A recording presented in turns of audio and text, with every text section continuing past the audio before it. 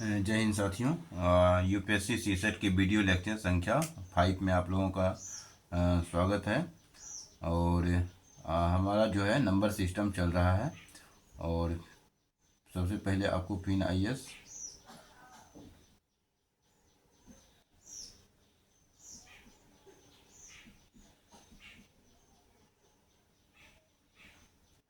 पे आप लोगों का स्वागत है। और आज आप पहले देखेंगे प्रमुख विचार जो है आज का क्या है। तो ये गांधी का विचार है कि जब भी आपको संदेह हो तो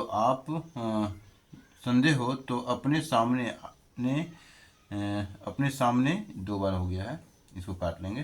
सामने आए गरीब और कमज़ोर व्यक्ति का चेहरा याद करेंगे और खुद से पूछेंगे कि जो कदम आप उठाने जा रहे हैं क्या क्या उससे उस व्यक्ति का कोई लाभ निहित है या लाभ होगा। तो यहाँ पे प्रशासन जैसे कि बनने के बाद होता है, जब बड़ा अधिकारी बन जाते हैं तो एक समस्या होता है कि आपके पास बहुत सारे विकल्प होते हैं, बहुत सारे नीतियाँ बनाने होते हैं, तो बहुत सारे कदम उठाने पड़ते हैं। तो अगर आपको संदेह होता है उस नीतियों पे जिसे आप कायम करने जा रहे होते हैं, तो उसी संदर्भ में यहाँ पे लिखा गया है कि अगर आपको संदेह होता है तो आप जो है कमज़ोर व्यक्ति का चेहरा याद करते हैं और खुद से पूछते हैं कि जो कदम आप उठाने जा रहे हैं क्या उससे उस व्यक्ति का कोई लाभ होगा या फिर नहीं। तो यहाँ से स्पष्ट हो जाता है। और लाभ कैसे होगा तो वो भी आप सोचते हैं तो आप सफल होते हैं। तो चलते हैं लेक्चर संख्या 5 की ओर।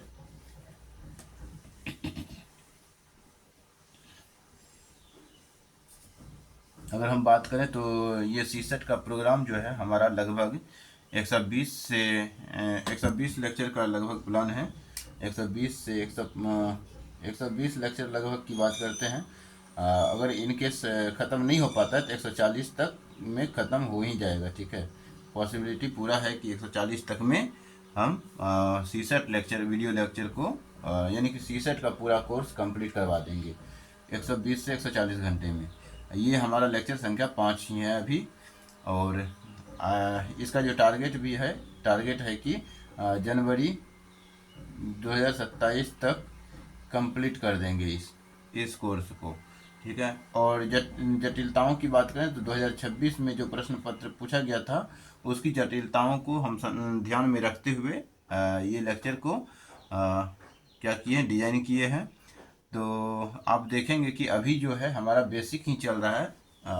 अभी क्वेश्चन कुछ बेसिक भी होते हैं, जब तक आप बेसिक क्लियर नहीं करते हैं तब तक आप एडवांस में प्रवेश नहीं कर सकते। आपको कैसे भी बेसिक से कैसे एडवांस में प्रवेश करवा देंगे आपको मालूम भी नहीं चलेगा। आपको क्वेश्चन जो है हौला ही सब क्वेश्चन लगने लगेगा। तो देखिए, और एग्ज़ाम में जब बैठिएगा तो आपको खुद ब खुद महसूस होने लगेगा। और इसके अलावे अगर हम बात करें तो हिंदी साहित्य ऑप्शनल जो है, हिंदी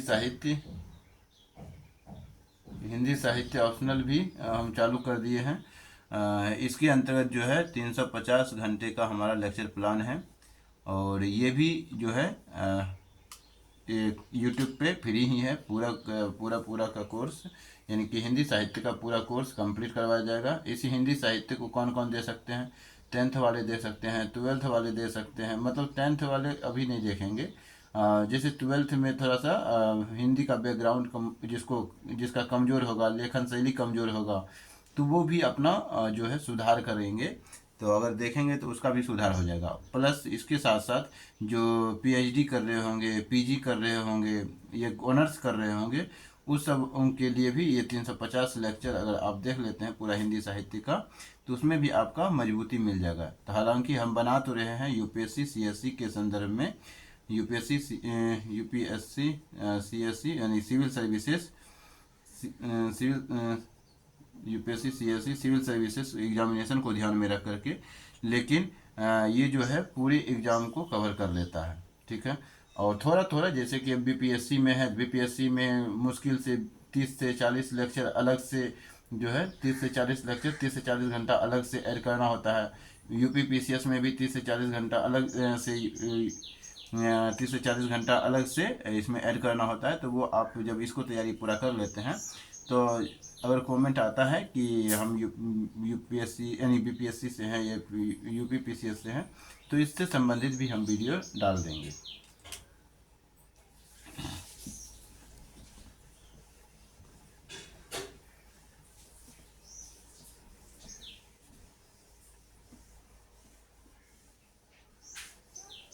तो हम क्वेश्चन को पहला तो एक प्रश्न है कि जैसे कि अभाज्य संख्या में किसी किसी को दिक्कत हो सकता है कि अभाज्य संख्या ज्ञात करना, कि कोई संख्या कैसे हम बता सकते हैं कि अभाज्य संख्या है या भाज्य संख्या है। तो हम कैसे बता सकते हैं, प्रश्न है कि हम कैसे बता सकते हैं कि कोई संख्या अभाज्य है या भाज्य है। हम कैसे बता सकते हैं कि कोई संख्या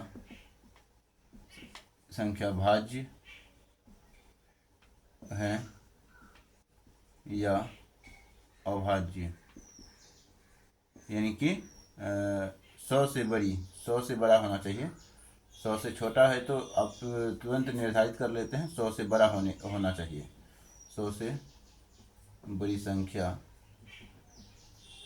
को हम कैसे बता सकते हैं कि वो भाज्य संख्या है या अभाज्य संख्या। भाज्य संख्या जिसके 2 से अधिक भाजक हैं। 2 से अधिक भाजक मतलब कि एक से कटेगा, खुद से कटेगा, इसके अलावे भी जैसे कि हम 15 की बात करते हैं तो ये 1 से भी कटता है, 15 से भी कटता है, खुद से भी कट गया। और इसके अलावे की बात करें 3 से भी कट जाता है, 5 से भी कट जाता है। इसके अलावे क्या होगा, 3 और 5। लेकिन अभाज्य संख्या की अगर हम बात करते हैं तो जैसे 23 है, ये 1 से ही कटेगा या तो खुद से ही कटेगा। 1 से कटेगा या तो 23 से कम 23, या 1 से 1 23 का 23, तो 1 से 23 बार में या 23 से कम 23, तो द्वितीय भाजक है।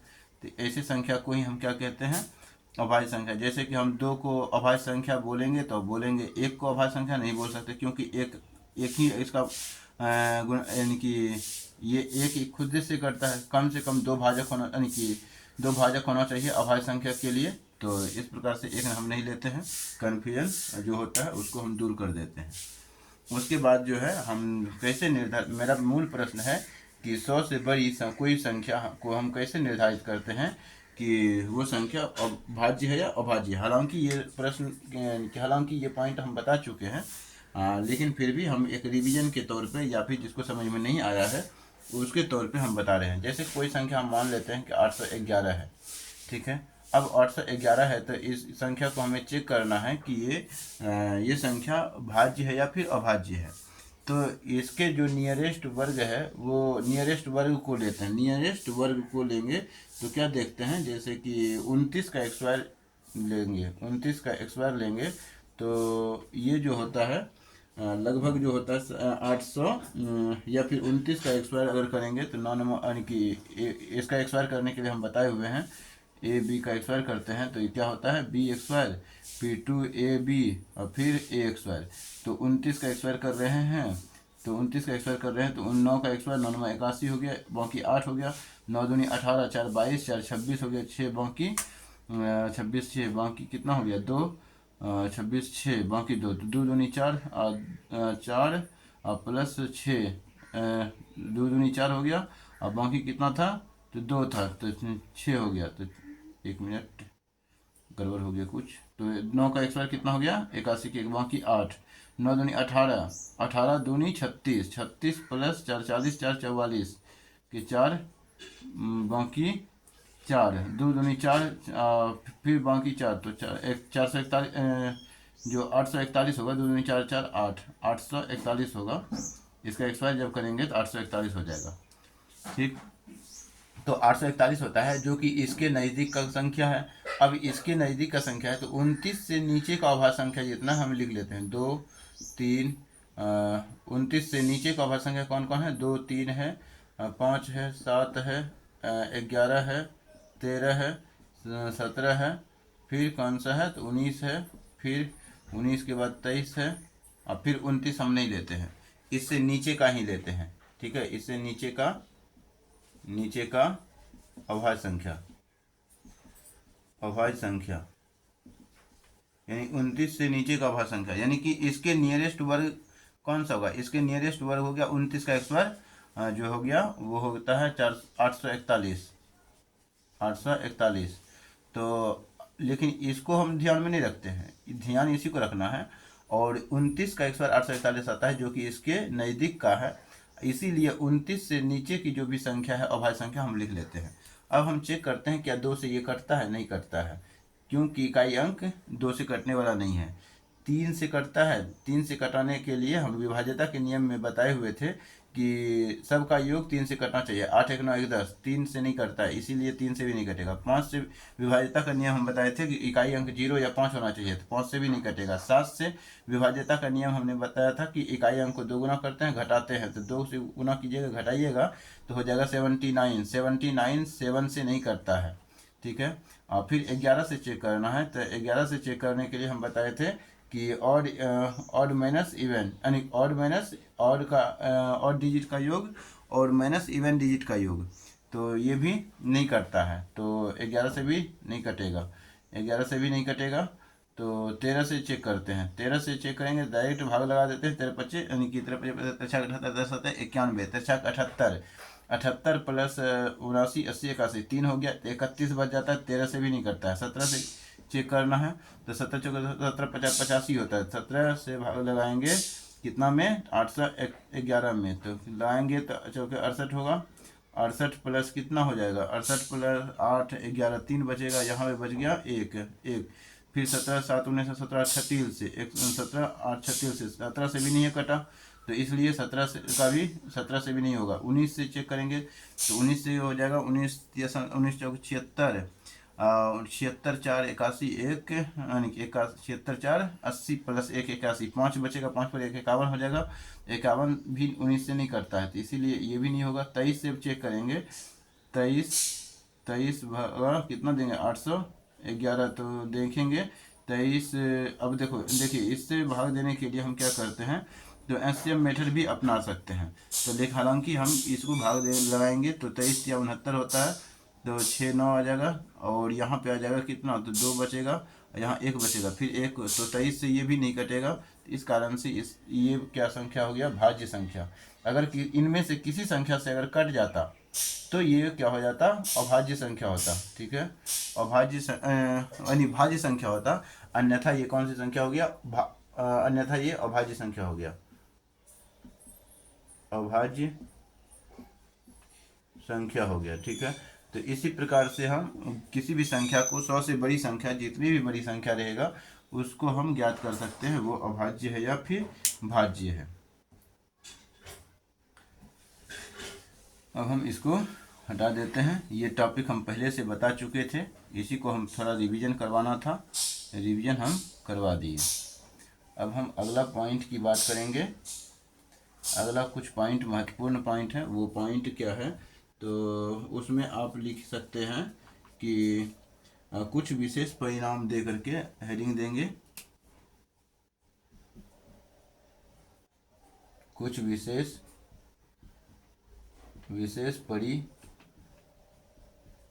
परिणाम, कुछ विशेष परिणाम दे के हेडिंग देंगे, और इसके अंतर्गत ही लिखना है क्या? पहला पॉइंट या पहला पॉइंट दे करके लिखेंगे, प्रत्येक सम संख्या का वर्ग एक सम संख्या होती है, सम संख्या का वर्ग, सम संख्या का वर्ग ऐसा हम लिखाए थे, even to the power even. तो हालांकि यहाँ पे even to the power even लिखे थे, यहाँ पे सम संख्या का वर्ग जो यहाँ पे वर्ग की बात कर रहे हैं, सम संख्या का वर्ग सम होता है, सम ही होता है। जैसे कि 2 का एक्सपायर करेंगे 4 हो जाएगा, ये भी सम है। जैसे कि 8 का एक्सपायर करेंगे तो 8 8 64, ये 8 सम है, ये भी सम है। तो सम संख्या का वर्ग सम होता है। दूसरा पॉइंट में आप लिखेंगे कि प्रत्येक विषम संख्या का वर्ग विषम संख्या होता है, प्रत्येक विषम संख्या का वर्ग विषम संख्या होता है। प्रत्येक विषम संख्या का वर्ग विषम संख्या होता है। जैसे कि देखेंगे 3 का एक्सर करेंगे 9 हो जाएगा, 3 का एक्सर करेंगे 9 हो जाएगा, 1 का एक्सर करेंगे 1 ही रहेगा। जैसे कि 7 का एक्सर करेंगे तो 7 49 हो जाएगा। जैसे कि 9 का एक्सर करेंगे तो 9 का एक्सर करेंगे तो 81 हो जाएगा। तो ये सब विषम संख्या आ रहा है। तो विषम संख्या का वर्ग कर रहे हैं तो विषम संख्या आ रहा है, सम संख्या का वर्ग करना है तो सम संख्या आ रहा है। 2 पॉइंट बहुत बेसिक था। अब हम तीसरा पॉइंट की बात करेंगे। किसी संख्या का वर्ग करने पर इकाई अंक के स्थान पर 2, 3, 7 में से कोई भी अंक कदापि नहीं आएगा। ये भी आप नोट करके रख लें क्योंकि एग्जाम में ये पॉइंट काम में आता है। ठीक है, तो जब भी आप सवाल को सॉल्व करेंगे ये पॉइंट क्या करेगा, आपको आसान बना देगा क्वेश्चन का आंसर ज्ञात करने के लिए। तो यहाँ पे लिखेंगे तीसरा पॉइंट, किसी संख्या का वर्ग करने पर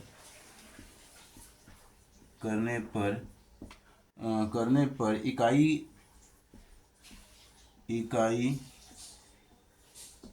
अंक के स्थान पर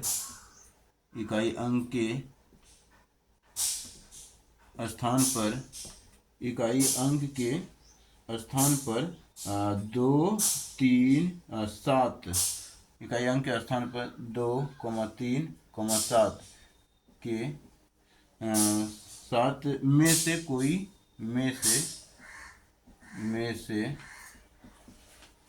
कोई भी नहीं, कोई अंक कदापि नहीं आएगा। में से कोई अंक कदापि नहीं आएगा, नहीं आएगा। ठीक है, तो यहाँ पे जैसे 2 है, 2 की अगर बात करते हैं, यानी कि पहले हम इसको जांच कर लेते हैं। 1 का एक्स वर्ग करेंगे तो मतलब किसी संख्या का वर्ग करने पे 1 है, इसका वर्ग करते हैं 1 आता है। 2 का वर्ग करते हैं 4 आता है। 3 का वर्ग करते हैं तो 9 आता है। 4 का वर्ग करते हैं तो 16 आता है। 5 का वर्ग करते हैं तो 25 आता है। 6 का वर्ग करते हैं तो 36 आता है। 7 का वर्ग करते हैं तो 49 आता है। 8 का वर्ग करते हैं तो 64 आता है। 9 का वर्ग करते हैं तो पुनः 81 आता है। 10 का वर्ग करते हैं तो 10 को तो फिर 0 का 100 आ जाएगा। ठीक है, तो हम क्या देख रहे हैं, किसी संख्या का वर्ग कर रहे हैं तो जैसे 1 है, यानी कि 1 का 1 है, 4 है, 9 है, 16 है, 5 है, 6 है, 2 है, यानी कि 9 है, 4 है, 1 है, 0 है। तो यहाँ पे हम क्या देख रहे हैं, ना तो 2 आ रहा है, ना तो 3 आ रहा है, ना तो 7 आ रहा है। वर्ग करने के बाद इसमें से किसी भी संख्या में 2, 3, 7 नहीं आ जाती। इसीलिए यहाँ पे लिखा गया किसी संख्या का वर्ग करने पर इकाई अंक के स्थान पर 2, 3, 7 नहीं आता है। ठीक है, इकाई अंक के स्थान पर 2, 3, 7 जो है 2, 3, 7 संख्या का वर्ग करने पर नहीं आएगा। ठीक है, 2, 3, 7 संख्या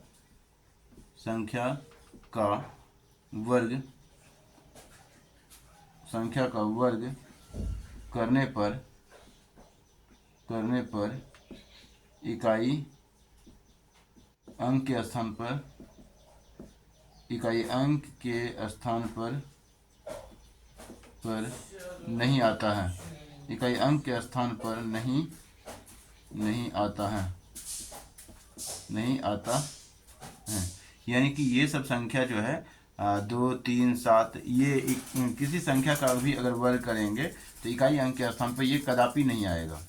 यही पॉइंट है। अगला पॉइंट हम लिखेंगे,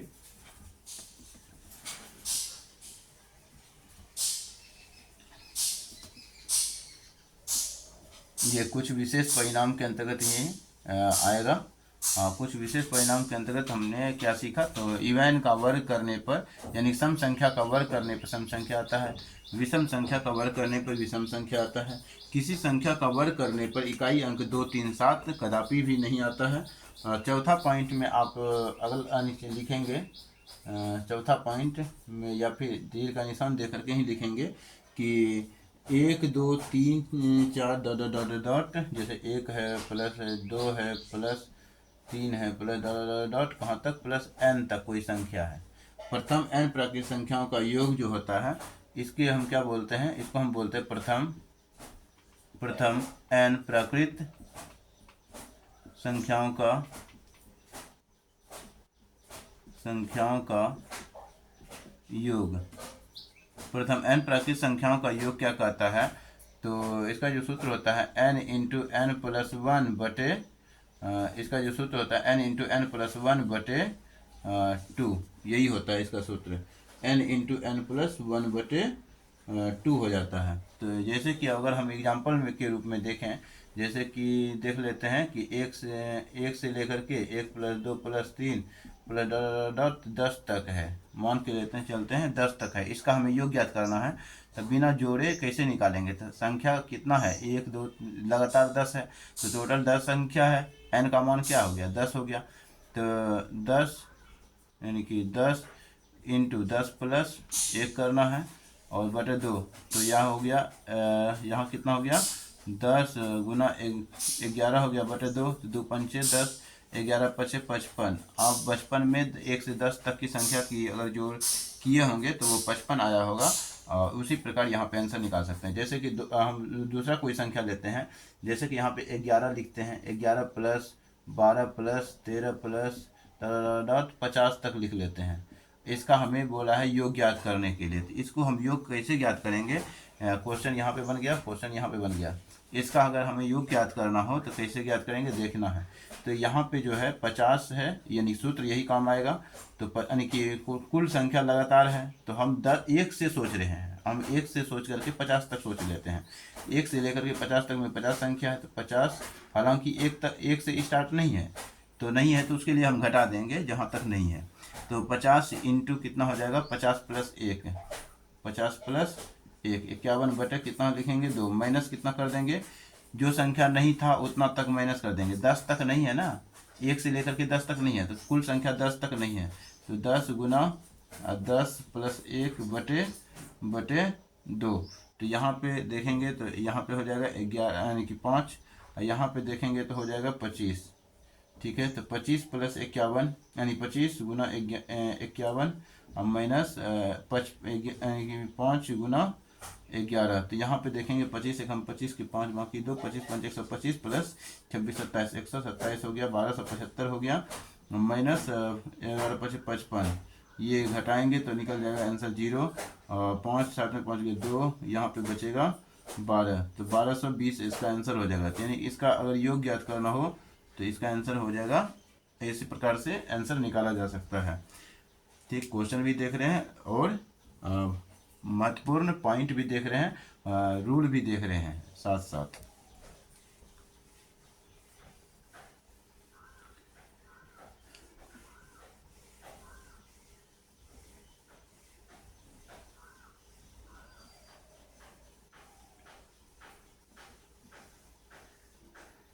अगला प्रश्न की हम अगला पॉइंट की बात करेंगे। तो यहाँ पे है, अभी तो था 1 2 3 ऐसे था, यानी 1 प्लस 2 प्लस 3 था, 1 plus 2 plus 3 plus 4 plus dot plus n था। इसका जो सूत्र था n इंटू एन प्लस 1 बटे 2 था। ठीक है, लेकिन एक सूत्र ऐसा ही आता है, 1 का एक स्क्वायर प्लस 2 का एक स्क्वायर प्लस 3 का एक स्क्वायर प्लस 4 का एक स्क्वायर, ये डॉट प्लस n है। ऐसे सवाल का जो सूत्र होता है, ऐसे सवाल का सूत्र क्या होता है, तो इसको भी जान लेना बहुत ज़रूरी है। तो इसके लिए सूत्र होता है n इंटू एन प्लस 1 करना है, वैसा ही फिर 2n प्लस 1 कर देना है, बटे में यहाँ पे 2 से भाग ना दे करके 6 से भाग देना है। तो इस ऐसे प्रश्न का उत्तर इस प्रकार से निकलता है। जैसे कि मान लीजिए कि क्वेश्चन लिखता है, क्वेश्चन करता है प्रथम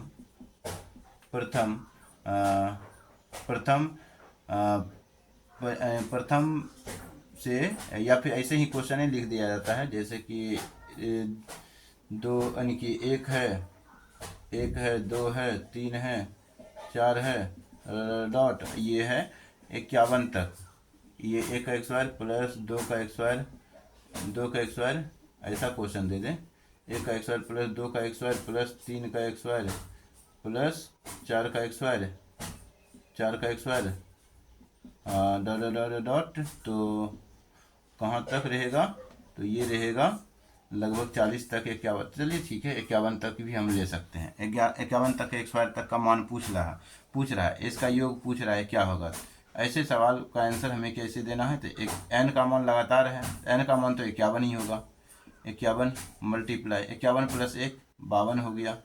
फिर करना है 51 गुना 2 करना है, तो 51 गुना 2 कितना हो जाएगा, 102 हो जाएगा, 102 प्लस 1 103 हो गया। तो अब यहाँ पे 6 से भाग देना है, तो 6 से भाग देने पे क्या होता है कि 2 तिया 6 और 2 से कितना हो जाएगा, 2 से हो जाएगा 2 दूनी 4, 2 छक्की 12, 26 दूनी 52। फिर 3 से कटा देना है कितना बार में, 3 से 17 तिया 51, 17। अब यहाँ पे आंसर आ गया 17 गुना 26 गुना 103। इस सवाल को बनाना है, तो इस सवाल को बनाने के लिए हमें क्या करना है कि 17 के पहले 26 से गुना कर लेना है, तो 17 छक्की 2 से 2 बाकी 10, 17 दूनी 34, 10 34 10 34 10 44, 44 हो गया, 442 हो गया ये।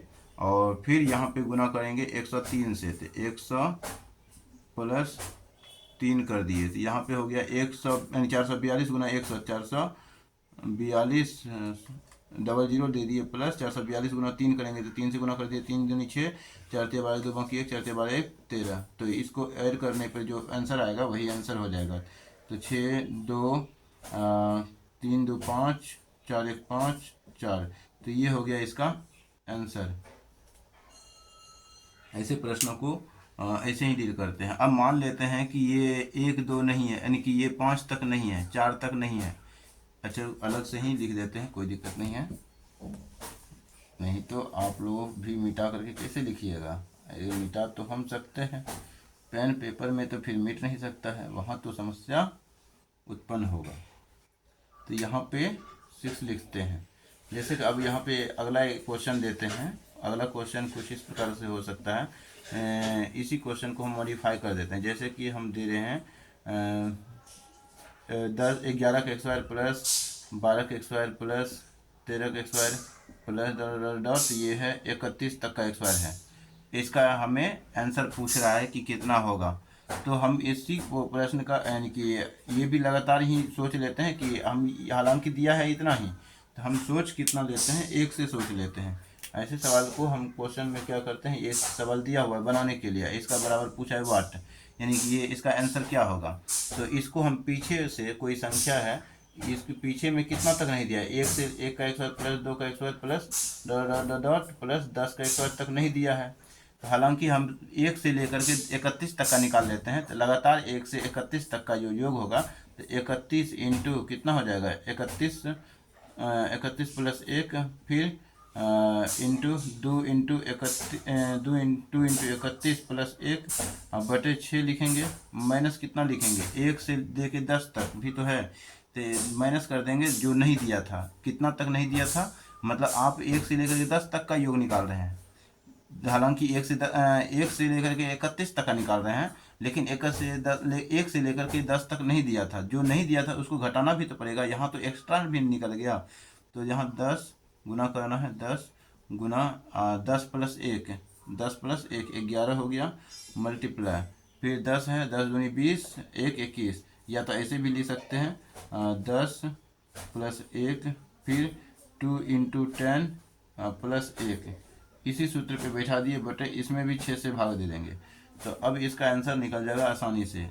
31 मल्टीप्लाई ये कितना हो जाएगा 32, मल्टीप्लाई ये कितना हो जाएगा 31 दूनी 62 1 63 हो जाएगा, बटे 6 माइनस कितना, तो 10 गुना 11 गुना 10 दूनी 20 1 21 बटे 6, तो यहाँ पे देखिएगा 6 कट जाएगा, तो 2 से 3 बार में, 2 से कितना बार में 16 बार में, और 3 से कितना बार में 21 बार में 63, ये कट गया, फिर इसको 2 से कटाइए, दो तिया 6, दो पंचे 10, फिर ये 3 सत्ते 21, ये कट गया।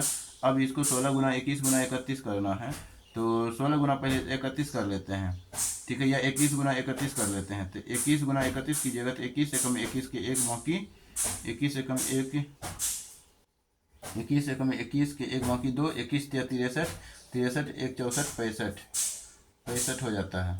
21 गुना जब कीजिएगा कितना से, तो या तो ऐसे भी गुना कर सकते हैं दो तरीके से। अगर आपको 21 का पहला नहीं आ रहा है तो आप कैसे करेंगे, तो यहाँ पे करेंगे पहले 16 का तो आता है, 16 को गुना कर लेंगे, 16 कम 16 6 बाकी 1, और 16 थी 48, 1 49 हो गया।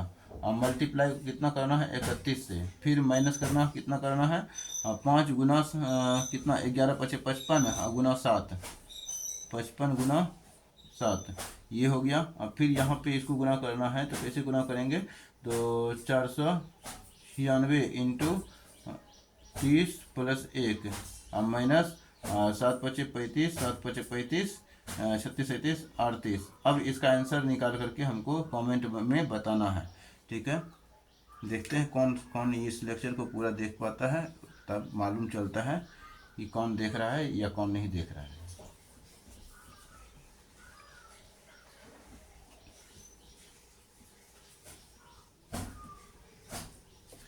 नेक्स्ट पॉइंट की ओर हम चर्चा करेंगे। अब ये 1 से लेकर के प्रथम n प्राकृत संख्याओं का योग निकालने के लिए सीखे। प्रथम n प्राकृत संख्याओं के वर्गों का योग निकालने के लिए सीख गए।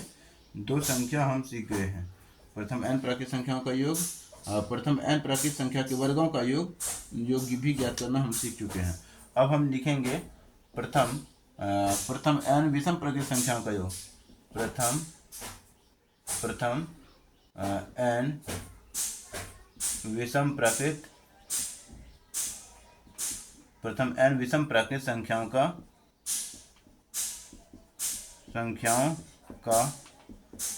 योग, प्रथम n विषम प्राकृत संख्याओं का योग अगर पूछ ले तो ये इसको कैसे निकालना है। तो इसमें अगर देखेंगे जैसे कि विषम बोला है तो 1 से स्टार्ट होगा, 1 plus 3 plus 1 plus 3 plus 5 plus 7 plus ये डॉट, ये भी अनंत तक जा सकता है। तो ये भी n तक संख्या है, मान के चलना है। तो इसको ज्ञात करने के लिए प्रथम n प्राकृत प्रथम n विषम प्राकृत संख्याओं का जो योग होगा वो n का x वर्ग हो जाता है। वो कितना हो जाता है, n का x वर्ग हो जाता है। यहाँ पे n ज्ञात करने के लिए क्या लिखते हैं, n बराबर लास्ट यानी कि अंतिम संख्या प्लस 1, जो संख्या दिया हुआ है यहाँ पे अंतिम संख्या प्लस 1 माइनस बटे 2, ठीक है। तो यहाँ पे तो ये समस्या ये प्रॉब्लम पे सॉल्व डिपेंड करता है, यानी कि क्वेश्चन पे डिपेंड करता है कि लास्ट में कौन सी संख्या है, ठीक है, और कैसी संख्या, कैसा क्वेश्चन पूछा गया उस पर डिपेंड करता है। यानी कि कुल संख्या कितना दिया हुआ है 1 2 3 4 ऐसे गिनना पड़ता है। और जैसे n ज्ञात करना है तो कुल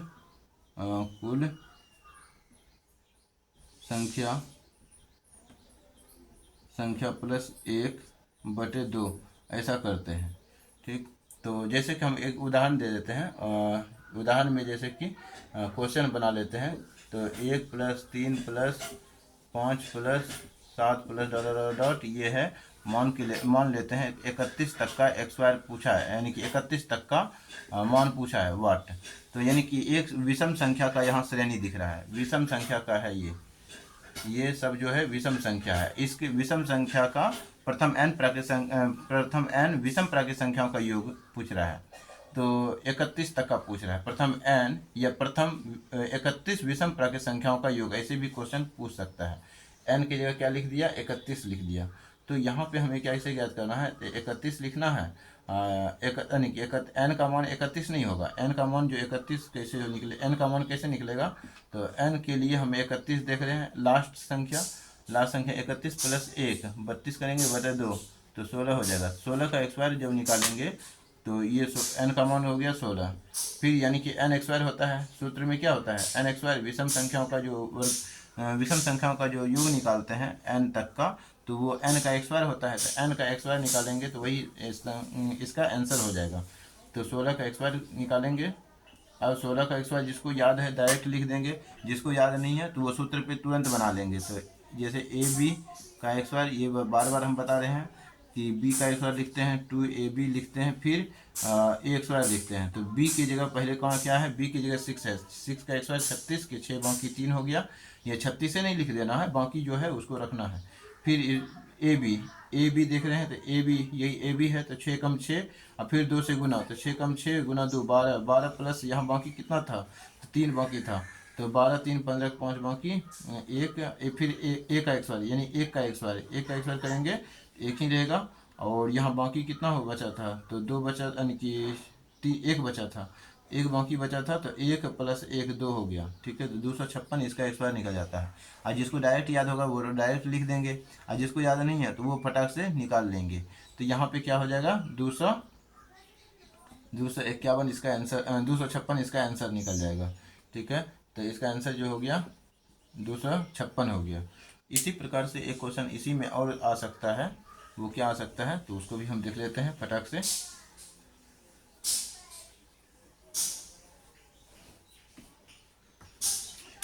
इस क्वेश्चन के अंतर्गत जैसे कि दे दिया 11 का X Y, 11 plus 13 plus 15 plus dot dot dot, मतलब कि ये डॉट डॉट डॉट डॉट, और ये लास्ट दिया कहाँ तक, तो 31 तक मान लेते हैं। ये 41 तक भी मान सकते हैं, हमारा इच्छा कुछ भी कर सकता है, यहाँ तक मान होगा वहाँ तक हम मान सकते हैं। अब हमें इसका योग ज्ञात करना है। प्रथम यहाँ पे जो है प्रथम से नहीं दिया है, 11 से दे दिया डायरेक्ट। यहाँ पे पहले प्रथम से पूछता था, लेकिन यहाँ पे जो है 11 से दे दिया। तो ऐसे क्वेश्चन को बनाने के लिए हम क्या करते हैं, n ज्ञात करते हैं। 2 यहाँ पे n निकलेगा, यहाँ पे एक संख्या तो लगातार यहाँ से यहाँ तक निकल जाएगा, और एक संख्या छोटी n वाला निकलेगा, एक संख्या बड़ी n निकलेगा। तो बड़ी n लिख लेते हैं, बड़ी n का बड़ी n बराबर क्या निकल जाएगा, तो 41 प्लस 1/2, तो बराबर हो गया कितना, तो 42/2 बराबर 21 हो गया। यहाँ पे हो जाएगा 21 आ जाता है। और दूसरा संख्या क्या आ सकता है, दूसरा संख्या जो आ सकता है वो है छोटी n की बात करें तो ये 10 तक नहीं दिया है, यानी कि 9 तक नहीं दिया है, 9 तक नहीं दिया, 9 के बाद 11 होता है, तो 9 तक नहीं दिया। यहाँ 10 नहीं लेना है, यहाँ पे जो है 9 लेना है, ये ध्यान में रखना है, क्योंकि विषम बोला है ना, तो विषम प्राकृत संख्याओं का योग निकालना है। तो यहाँ 9 तक ही है, तो 1 से लेकर के 9, तो लास्ट संख्या जो हमारा 9 है, 9 में हम 1 जोड़ लेते हैं, बटे 2 कर लेते हैं, तो छोटी n जो हमारा निकलता है वो क्या निकलता है, 10/2 बराबर 5 निकल जाता है। तो इस प्रकार से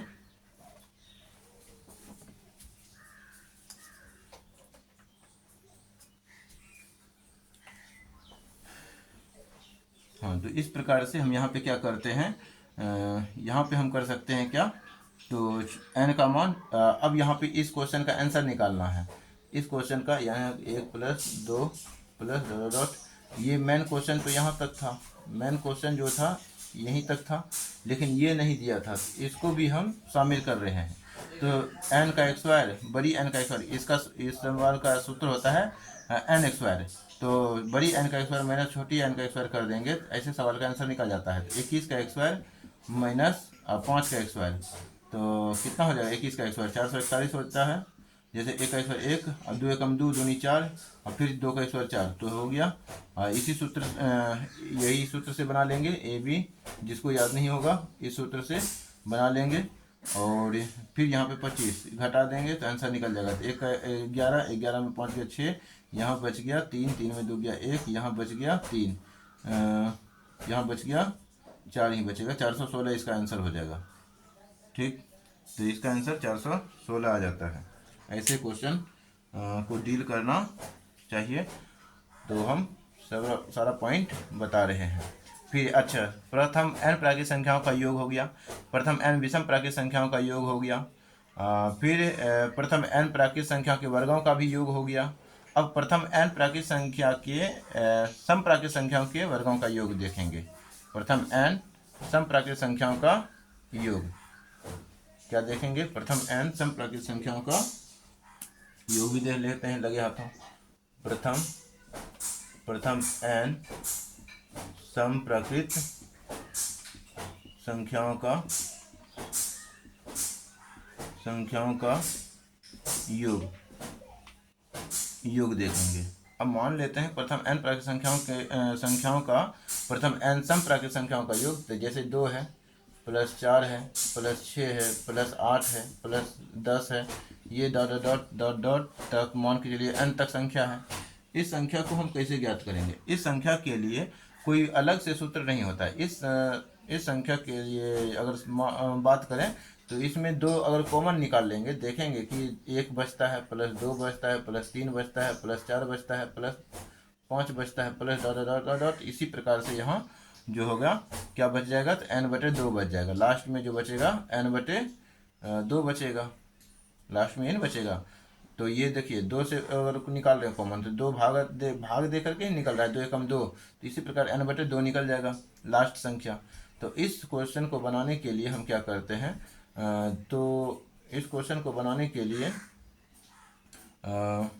तो ये तो 2 हो गया।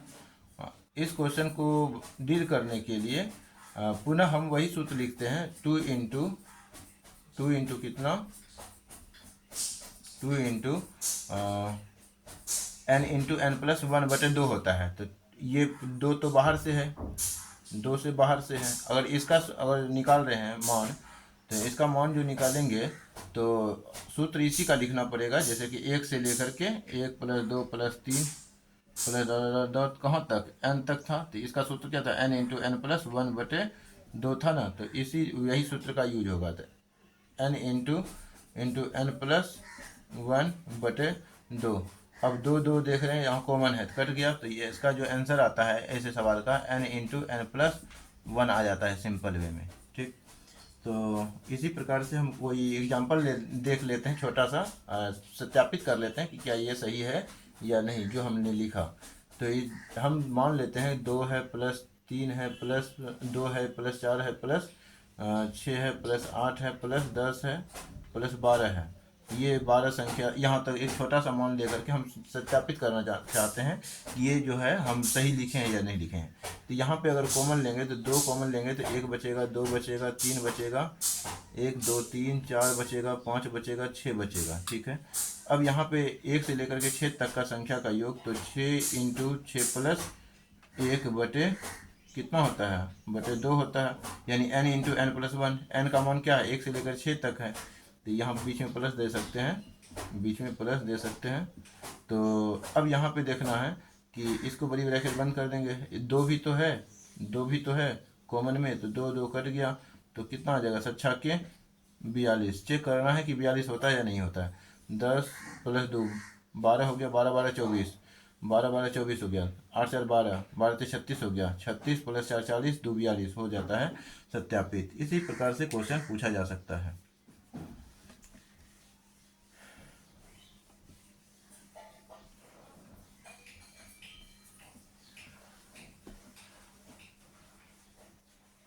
अगला कॉन्सेप्ट की ओर हम आगे बढ़ रहे हैं। अगला कॉन्सेप्ट जो होगा कुछ इस प्रकार से होगा कि प्रथम n सम प्रति संख्याओं का मतलब कि अगर 2 + 4 + 6 + 8 सम संख्या रहे और प्लस n तक रहे, इसका अगर सूत्र लिखना हो तो क्या लिखना होगा? n/n+1 लिखना होगा, जैसा कि हमने अभी बता दिया है। तो ये हमारा कंप्लीट हो जाता है। ये कंप्लीट होने के बाद हम अगला पॉइंट की अगर हम बात करते हैं तो ये जो होगा समांतर श्रेणी में कुछ इसका आंसर निकलता है। तो समांतर श्रेणी से संबंधित भी प्रश्न पूछा जा सकता है। जैसे कि हम एग्जाम्पल की बात करें तो यहाँ पे लिखेंगे यदि a, a + d हो सकता है, a + d plus a + 2d, फिर प्लस a + 3d, ऐसा रहे कोई संख्या रहे, तो ये समांतर श्रेणी में है। समांतर श्रेणी में हो तो इसका जो मान होगा हो समांतर श्रेणी में हो तो इसका जो योग होगा वो योग होता है यानी कि nवां पद बोलते हैं उसको। हो तो योग an यानी कि या फिर nवां पद, अंतिम पद की बात करते हैं तो nवां पद या अंतिम पद ज्ञात करने के लिए हम क्या करते हैं, अंतिम पद के लिए an बोलते हैं। इसके जो होता है सूत्र होता है a plus n minus 1 into D हो जाता है इसका सूत्र, ठीक है। तो और इसका योग अगर ज्ञात करना हो तो कितना हो जाता है, तो इसके योग में हम लिखेंगे एस एन बराबर, ये एस एन बोलते हैं योग को, एस एन बराबर n/2 into a plus L होता है। इसको हम एल भी बोलते हैं, ए एन को हम क्या बोलते हैं, एल भी बोलते हैं, इसी को हम क्या बोलते हैं, एल भी बोलते हैं। तो यहाँ पे जो सूत्र हो गया यही होता है। अब हम उदाहरण देख लेते हैं, उदाहरण किस प्रकार से दे सकता है। उदाहरण जैसे दे सकता है 3 है, 6 है, 3 6 9 है, 3 प्लस 6 प्लस 9 प्लस 12 प्लस 3 का 3 6 3 12 डॉट ये हो जाएगा। लास्ट जो हम दे देते हैं कितना, तो 16 3 48, तो 48 हम दे देते हैं, ठीक है। तो यहाँ तक संख्या दिया हुआ है, इसका योग पूछ रहा है। तो इसमें अगर बात करें तो प्रथम जो संख्या है वो ए है, यानी कि 3 है। प्रथम संख्या क्या है, 3 है, और प्रथम संख्या 3 है। डी की अगर हम चर्चा करें या एल की अंतिम संख्या की बात करें तो अंतिम संख्या यहाँ पे दिया हुआ है कितना, 48 दिया हुआ है, 48 दिया हुआ है, और 48 दिया हुआ है। एन का मान हमें नहीं मालूम है, एन का मान हमें ज्ञात करना है। तो एन का मान हमें ज्ञात करने के लिए जो सूत्र होता है, एल का सूत्र क्या होता है, a plus n minus 1 into d होता है, बराबर 48 तो दिया हुआ ही है।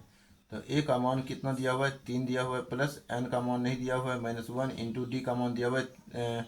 डी का मान कितना दिया हुआ है, डी का मान निकाल सकते हैं। डी बराबर होता है दूसरा पद माइनस पहला पद, तो दूसरा पद मतलब a2 माइनस a1 बराबर, तो 6 माइनस 3 बराबर 3 हो जाएगा। तो यहाँ पे 3 निकल गया बराबर 48। तो यहाँ पे अगर देखेंगे 3 प्लस 3n माइनस 3 बराबर 48, तो ये घट गया, 3 में 3 गया 0, बचा 3n बराबर 48, 3n बराबर 48। तो 3 से कटा लेंगे कितना बार में, 16 बार में, तो n का मान निकल गया 16, n का हमारा मान निकल गया क्या, 16। हमें क्या ज्ञात करना है, एसन ज्ञात करना है, योग न ज्ञात करना है। ये किस में दिया है, योग में। तो अगर पूछे एन का मान क्या होगा, एस का मान, एसन का मान क्या होगा, तो एसन का भी मान हम ज्ञात कर सकते हैं।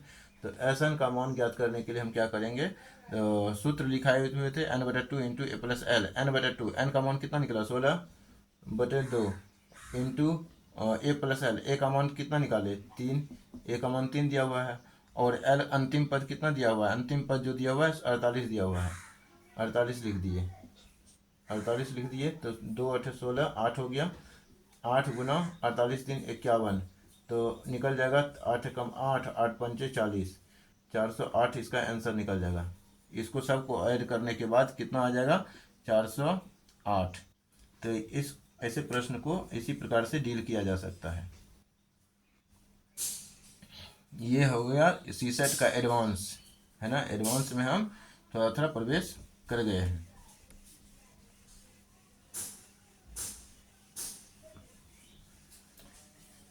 जहाँ पे समझ में, जहाँ पे आसान लगे वो है बेसिक, जहाँ पे कठिन लगे वो है एडवांस। तो एडवांस पे ज़्यादा नज़र देना है।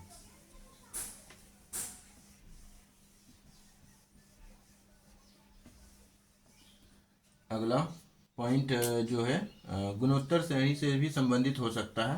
वो क्वेश्चन के अनुसार डिपेंड करता है कि वो क्वेश्चन किस रूप में आता है।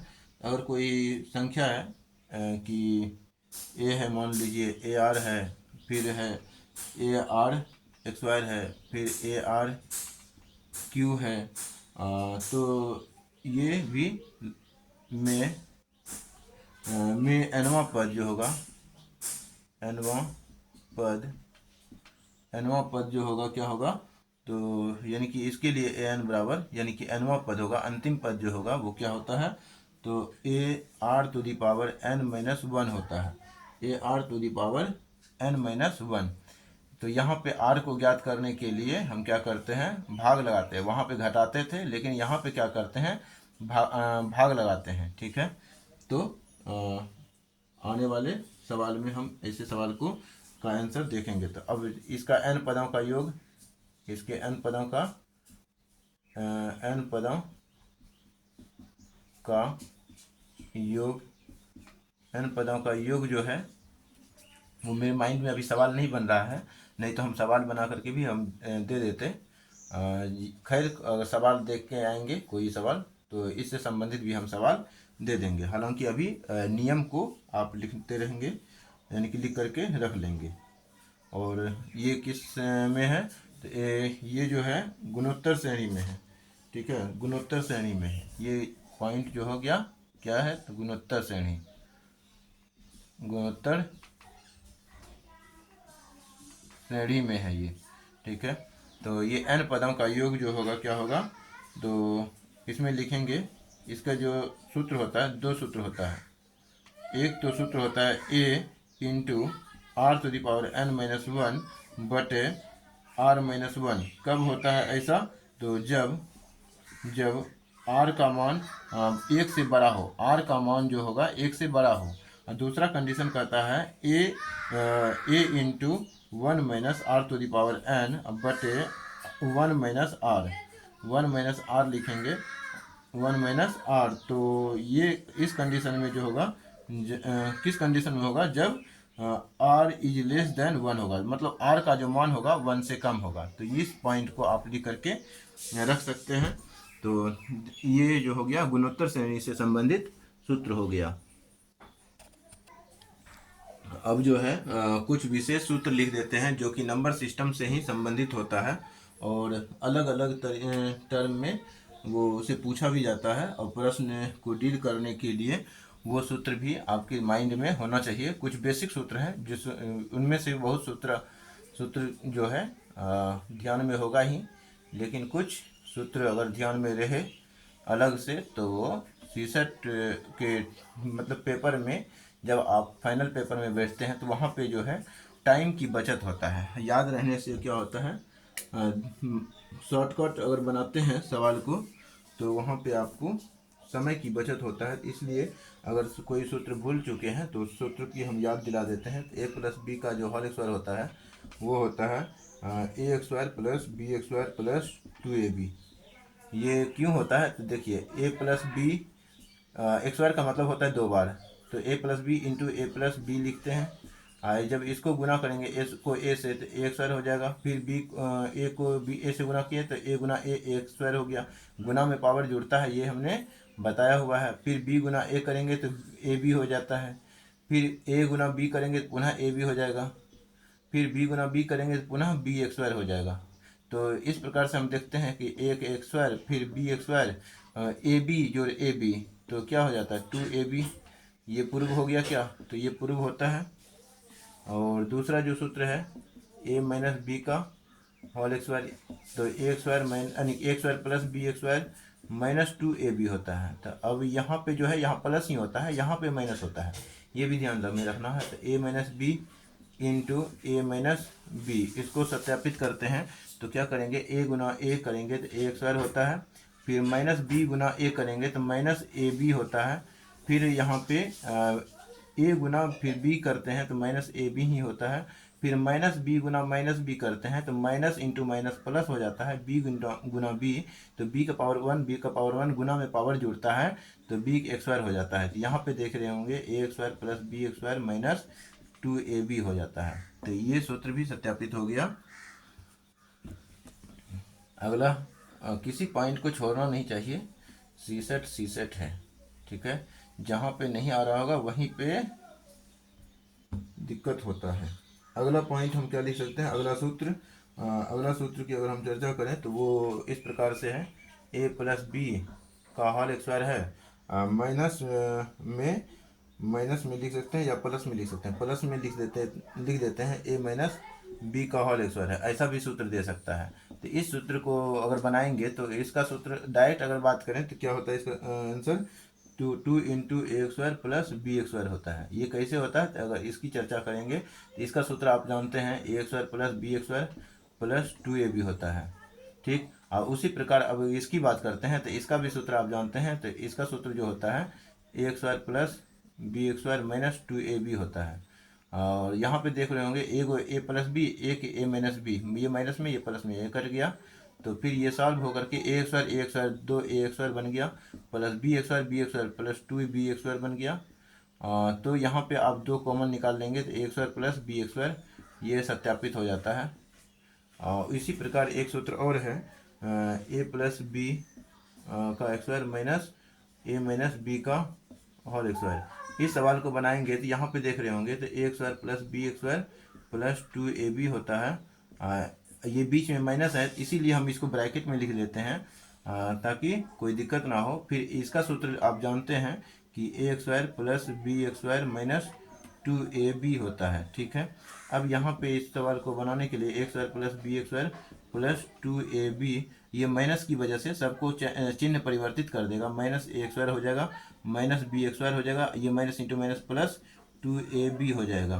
तो यहाँ पे देख रहे हैं क्या, ए स्क्वायर माइनस में ए स्क्वायर प्लस में, ए बी स्क्वायर प्लस में बी स्क्वायर माइनस में, ये घट गया तो फिर जो बचा वो 4ab बचा। तो इसका जो आंसर होगा डायरेक्ट अगर आंसर की बात करें तो 4ab इसका आंसर हो जाएगा, ठीक है। यानी कि 4ab में इसका मान आएगा। ऐसे सवाल आएगा, ऐसे सवालों को भी हम डील करेंगे आगे चल के, ठीक है।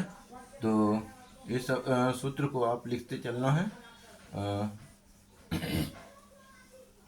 अब डायरेक्ट भी आप सूत्र लिख सकते हैं इसी प्रकार से सत्यापित, यहाँ हालांकि सत्यापित की यहाँ पे जरूरी नहीं है, लेकिन सूत्र ध्यान में रहे तो फायदा होता है।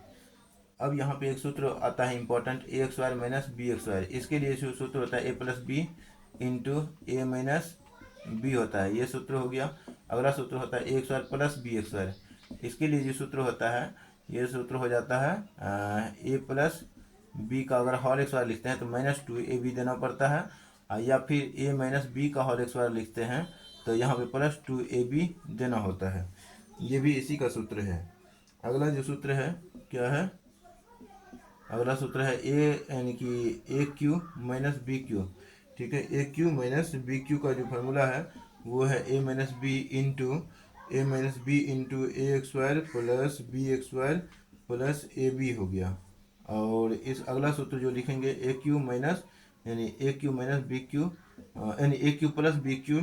तो इस फार्मूला का जो सूत्र होगा ए प्लस यहाँ बी होता है into A square plus B square minus A B हो जाता है इस फार्मूले का सूत्र।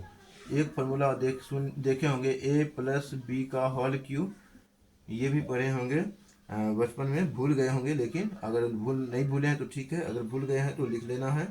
ए प्लस बी का होल क्यू जो होता है a cube plus b cube plus 3ab into a plus b होता है।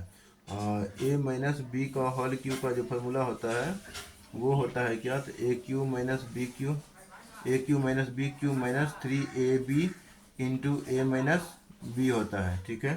तो ये सूत्र हो गया।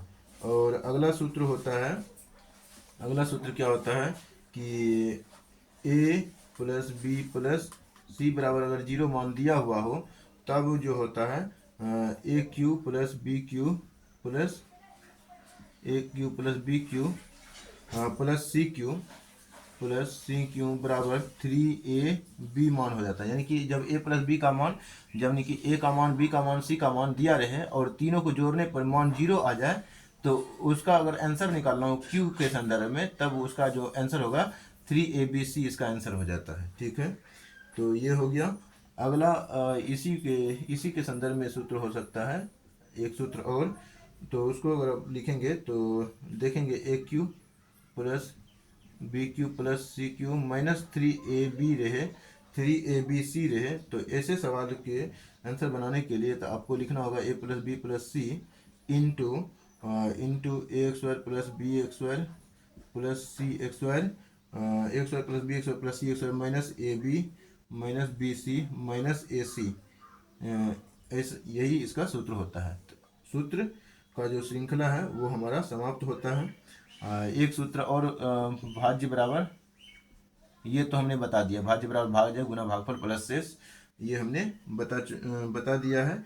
यानी अर्थात ए बराबर बी क्यू प्लस आर, इससे संबंधित ये सूत्र बता दिए हैं। तो यानी कि एक सूत्र अगर ध्यान में रहे तो फायदा है, ए बराबर बी क्यू प्लस आर होता है, जहाँ zero is greater than R होता है, R is less than B होता है, यानी कि बी का मान जो है आर से छोटा होगा। ठीक है, तो ऐसे भी अगर देखेंगे तो भाग जब देते हैं तो जैसे कि ए को बी से भाग देते हैं, यानी कि ए से बी, यानी बी को ए से भाग देते हैं, तो यहाँ पे जो मान आएगा, जैसे हम एक एग्जांपल ही ले लेते हैं, जैसे 5 है तो 7 में भाग दे रहे हैं, 5 एकम 5 हो गया, 5 हो गया, तो यहाँ बचेगा कितना, बचेगा 2 बचेगा। तो यहाँ पे क्या देख रहे हैं, ये हो गया हमारा ए, ये हो गया हमारा जिससे भाग दे रहे हैं, तो ये हो गया क्यू और ये हो गया आर। तो यहाँ पे हम क्या देख रहे हैं, जो आर जो है, आर क्या है, वो जीरो के बराबर भी, आर यहाँ पे शेषफल जीरो भी आ सकता है, आर जीरो भी आ सकता है, या फिर जीरो से बड़ा भी आ सकता है, इसीलिए आर जो है जीरो से बड़ा या फिर बराबर है। उसके बाद जो है बी की बात करते हैं, तो बी जो है क्यू से छोटा, यानी कि बी जो है, यानी आर जो है, आर जो है बी से क्या होगा, आर बी से, यानी कि बी जो होगा आर से बड़ा होगा। तो बी कौन है, बी ये है 5 है, तो आर से बड़ा कौन है, बी है क्या, यानी कि बी से आर छोटा है, तो आर जो है बी से, यानी कि ये बी है 5 है, बी का मान 5 है, तो बी से छोटा हो गया हमारा आर। ठीक, तो यहाँ पे 2 देख रहे हैं आप, बी का मान 5 है, तो इसलिए यहाँ पे ऐसे भी आप दिमाग लगा सकते हैं थोड़ा सा। तो ये पॉइंट हमारा क्लियर हो जाता है। आज के लेक्चर को हम यहीं पे विराम देंगे। धन्यवाद।